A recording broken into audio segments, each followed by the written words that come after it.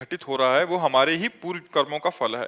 फिर भी ये बात मन में दृढ़ता से क्यों नहीं बैठती, व्यवहार में ये स्मरण क्यों नहीं रहता? जीवन में जब कोई प्रतिकूल व्यक्ति या परिस्थिति आती है तो मन में दुख या घृणा उत्पन्न हो जाती है, तो उसे सहजता से कैसे स्वीकार करें, इस सच्चाई को कैसे याद रखें कि जो भी हो रहा है वो हमारे पूर्वजन्मों के कर्मों का फल है, उसके कारण ही हो रहा है, और दुख और घृणा से मुक्ति मिल सके। जब तक जब तक भजन नहीं करोगे तब तक स्थायी ज्ञान नहीं प्राप्त होगा। जैसे जानकारी है कि ये गलत काम है, लेकिन हम अपने को रोक नहीं पाते। जानकारी है कि ये अच्छा काम है, पर हम कर नहीं पाते। हमारे अंदर अध्यात्म बल की कमी है। हमें जानकारी हो चुकी है सत्संग के द्वारा कि अवश्य में वो भोक्तव्यम कृतम कर्म शुभाशुभम, जीव को शुभ अशुभ कर्म को जो किए हैं उनका फल भोगना ही पड़ेगा। पर हमारे अंदर अध्यात्म बल नहीं है, इसलिए मुझसे स्वीकार नहीं कर पाते। अध्यात्म बल नहीं है, इसलिए उसे हम सह नहीं पाते। यदि अध्यात्म बल हो तो बड़े से बड़े दुख को भी मुस्कुरा कर हम सह सकते हैं। सबको पता है कि शरीर नहीं हूँ, मैं शरीर से कुछ अलग हूँ, लेकिन शरीर में अगर एक चींटी काटेगी तो वैसे ही कष्ट होगा। तो सच्चा ज्ञान तब होता है जब भजन करे। नाम जितना जप करोगे उतने आप में आध्यात्म बल आएगा। नानक नाम जहाज है चढ़े सो उतरे पार।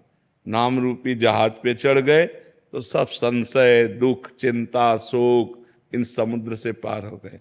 भजन नहीं करोगे, पता है ये नहीं करना चाहिए पर करोगे, पता है ऐसा करना चाहिए पर वो नहीं कर पाओगे। भजन चाहिए, प्रधान कमी है भजन की। इसलिए खूब नाम जप करो यदि मंगल चाहते हो तो। ना भगवान सुनने से केवल मिलते हैं, ना भगवान प्रवचन करने से मिलते हैं, भगवान भजन करने से मिलते हैं।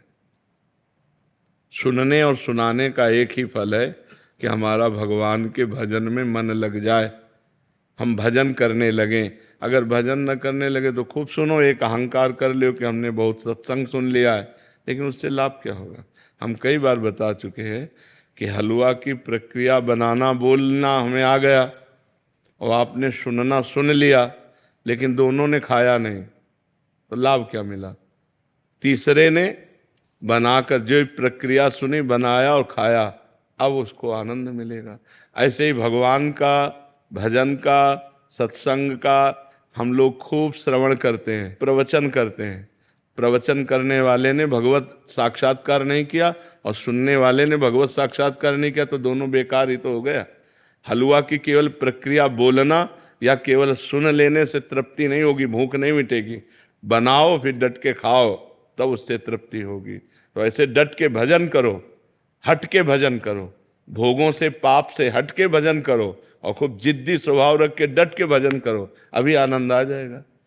केवल सुनने से काम नहीं चलेगा, खूब नाम जप करो, तब उससे लाभ प्राप्त होगा। जी। सीमा शुक्ला जी, कोलकाता से। राधे राधे। राधे राधे महाराज जी। महाराज जी, आपका भी कर्मों के ऊपर ही है। कह रहे हैं कि हमने आपको एक प्रवचन में सुना था कि हर इंसान को अपने कर्मों का फल मिलता है। अगर माता पिता के कर्मों का फल उनके बच्चों को भी मिलता है, अच्छा हो या बुरा। नहीं, जीव को अपना कर्म भोगना होता है, संयोग बनता है, पूरा जाल बिछता है। तुम्हारे ये कर्म तो तुमको ऐसा पिता मिलेगा, तुम्हारे ऐसे कर्म तो तुमको ऐसा पुत्र मिलेगा। वो कर्म का पूरा विधान मिलाया जाता है और पूरा परिवार बनता है उस जाल में। ये माँ है, ये बहन है, ये भाई है, ये पिता है, ये रिश्ता है, ये नाता है।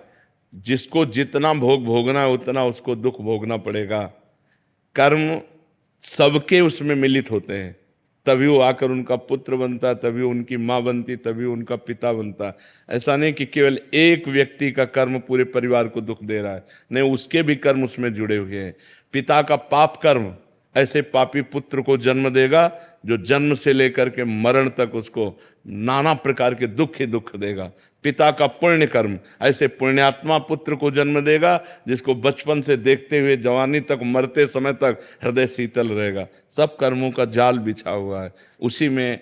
अब हम जा रहे हैं, हमारा कोई दुश्मन नहीं, लेकिन जरा सा धक्का लगा, जब झगड़ा शुरू, तो वो जो धक्का लगा कांधे को हमारे कर्म ने किया, पूर्व के कर्म ने ऐसे धक्का लगवा दिया और उसने